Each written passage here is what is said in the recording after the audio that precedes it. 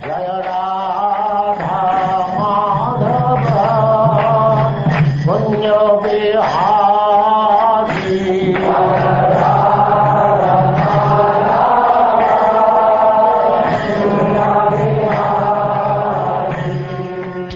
And now chapter 11. Swayambhuva Manu advises Dhruva Maharaj to stop fighting.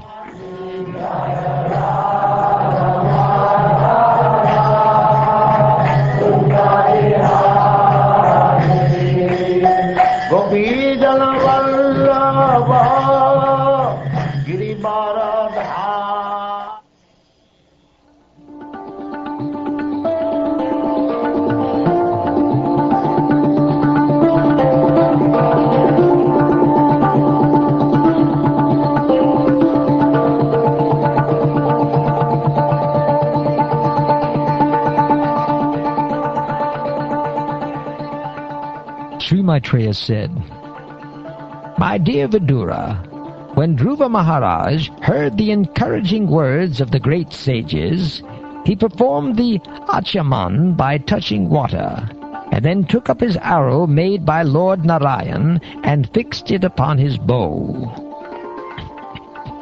As soon as Dhruva Maharaj joined the Narayanastra arrow to his bow, the illusion created by the Yakshas was immediately vanquished, just as all material pains and pleasures are vanquished when one becomes fully cognizant of the self. Even as Dhruva Maharaj fixed the weapon made by Narayan Rishi onto his bow, arrows with golden shafts and feathers, like the wings of a swan, flew out from it. They entered the enemy soldiers with a great hissing sound, just as peacocks enter a forest with tumultuous crowing. Those sharp arrows dismayed the enemy soldiers, who became almost unconscious, but various Yakshas on the battlefield, in a rage against Dhruva Maharaj, somehow or other collected their weapons and attacked. Just as serpents agitated by Garuda rushed towards Garuda with upraised hoods, all the Yaksha soldiers prepared to overcome Dhruva Maharaj with their upraised weapons. When Dhruva Maharaj saw the Yakshas coming forward, he immediately took his arrows and cut the enemies to pieces. Separating their arms, legs, heads, and bellies from their bodies, he delivered the Yakshas to the planetary system, which is situated above the sun globe, and which is attainable only by first-class brahmacharis who have never discharged their semen. When Swayambhuva Manu saw that his grandson Dhruva Maharaj was killing so many of the Yakshas who were not actually offenders, out of his great compassion he approached Dhruva with great sages to give him good instruction. Lord Manu said, "My dear son, please stop. It is not good to become unnecessarily angry. It is the path to hellish life. Now you are going beyond the limit by killing Yakshas who are actually not offenders. My dear son, the killing of the sinless Yakshas, which you have undertaken, is not at all approved by authorities, and it does not befit our family, which is supposed to know the laws of religion and irreligion."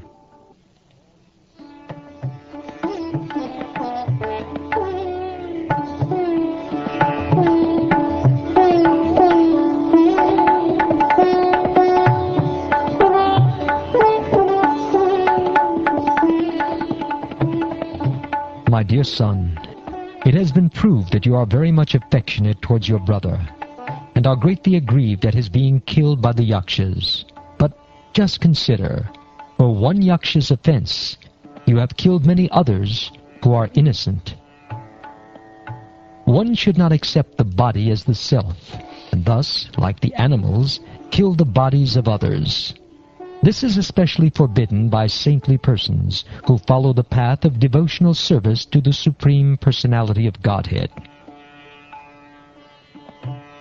It is very difficult to achieve the spiritual abode of Hari in the Vaikuntha planets. But you are so fortunate that you are already destined to go to that abode by worshipping him as the supreme abode of all living entities. Because you are a pure devotee of the Lord is always thinking of you, and you are also recognized by all his confidential devotees. Your life is meant for exemplary behavior. I am therefore surprised. Why have you undertaken such an abominable task? The Lord is very satisfied with his devotee when the devotee greets other people with tolerance, mercy, friendship, and equality. One who actually satisfies the Supreme Personality of Godhead during one's lifetime becomes liberated from the gross and subtle material conditions. Thus, being freed from all material modes of nature, he achieves unlimited spiritual bliss. The creation of the material world begins with the 5 elements, and thus everything, including the body of a man or a woman, is created of these elements. By the sexual life of man and woman, the number of men and women in this material world is further increased. My dear King Dhruva, it is simply by the illusory material energy of the Supreme Personality of Godhead and by the interaction of the 3 modes of material nature that creation, maintenance, and annihilation take place. My dear Dhruva, the Supreme Personality of Godhead is uncontaminated by the material modes of nature. He is the remote cause of the creation of this material cosmic manifestation. When he gives the impetus, many other causes and effects are produced, and thus the whole universe moves just as iron moves by the integrated force of a magnet. The Supreme Personality of Godhead, by his inconceivable supreme energy, time, causes the interaction of the 3 modes of material nature, and thus varieties of energy become manifest. It appears that he is acting, but he is not the actor. He is killing, but he is not the killer. Thus it is understood that only by his inconceivable power is everything happening. My dear Dhruva, the Supreme Personality of Godhead is ever existing, but in the form of time, he is the killer of everything. He has no beginning, although he is the beginning of everything, nor is he ever exhaustible, although everything is exhausted in due course of time. The living entities are created through the agency of the Father and killed through the agency of death.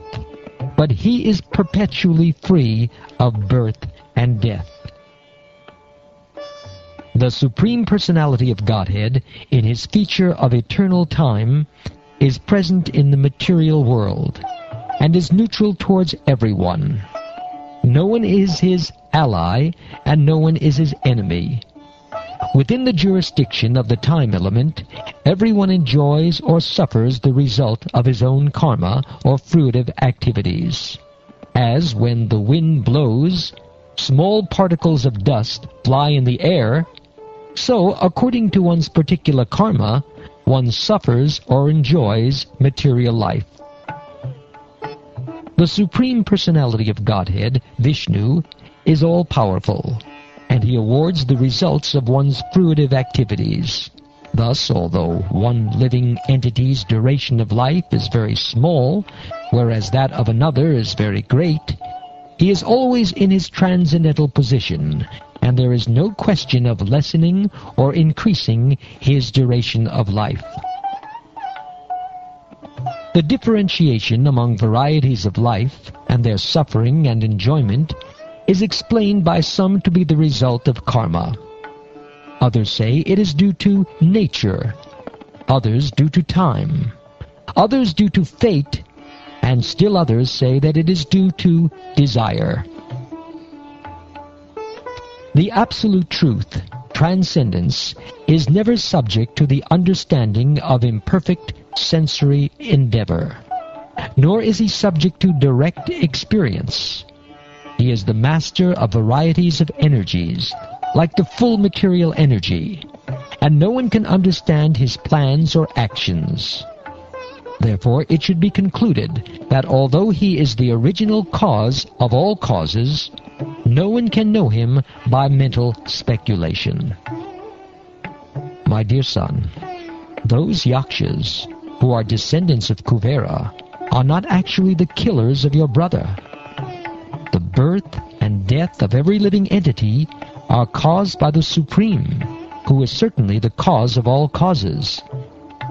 The Supreme Personality of Godhead creates this material world, maintains it, and annihilates it in due course of time. But because he is transcendental to such activities, he is never affected by ego in such action, or by the modes of material nature. The Supreme Personality of Godhead is the Supersoul of all living entities. He is the controller and maintainer of everyone. Through the agency of his external energy, he creates, maintains, and annihilates everyone. My dear boy Dhruva, please surrender unto the Supreme Personality of Godhead, who is the ultimate goal of the progress of the world. Everyone, including the demigods headed by Lord Brahma, is working under his control, just as a bull, prompted by a rope in its nose, is controlled by its owner. My dear Dhruva, at the age of only 5 years, you were very grievously afflicted by the words of your mother's co-wife, and you very boldly gave up the protection of your mother and went to the forest to engage in the yogic process for realization of the Supreme Personality of Godhead. As a result of this, you have already achieved the topmost position in all the 3 worlds. My dear Dhruva, please, therefore, turn your attention to the Supreme Person, who is the infallible Brahman. Face the Supreme Personality of Godhead in your original position, and thus by self-realization you will find this material differentiation to be merely flickering. Thus regaining your natural position and rendering service unto the Supreme Lord, who is the all-powerful reservoir of all pleasure, and who lives in all living entities as the Supersoul, you will very soon forget the illusory understanding of I and my.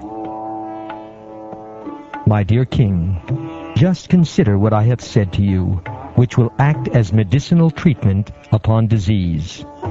Control your anger, for anger is the foremost enemy on the path of spiritual realization. I wish all good fortune for you. Please follow my instructions. A person who desires liberation from this material world should not fall under the control of anger, because when bewildered by anger, one becomes a source of dread for all others.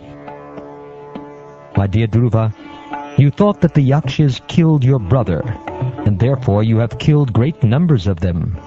But by this action you have agitated the mind of Lord Shiva's brother Kuvera, who is the treasurer of the demigods. Please note that your actions have been very disrespectful to Kuvera and Lord Shiva. For this reason, my son, you should immediately pacify Kuvera with gentle words and prayers, and thus his wrath may not affect our family.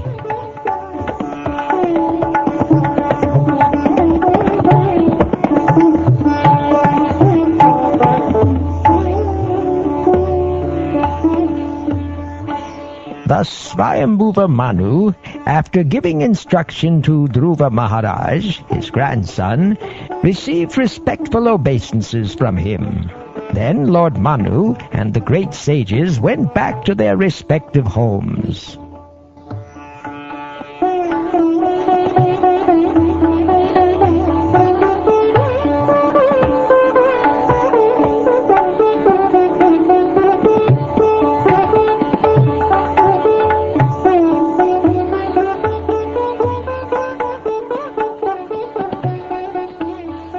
Thus ends the 11th chapter of the 4th canto of the Srimad Bhagavatam, entitled Swayambhuva Manu Advises Dhruva Maharaj to Stop Fighting.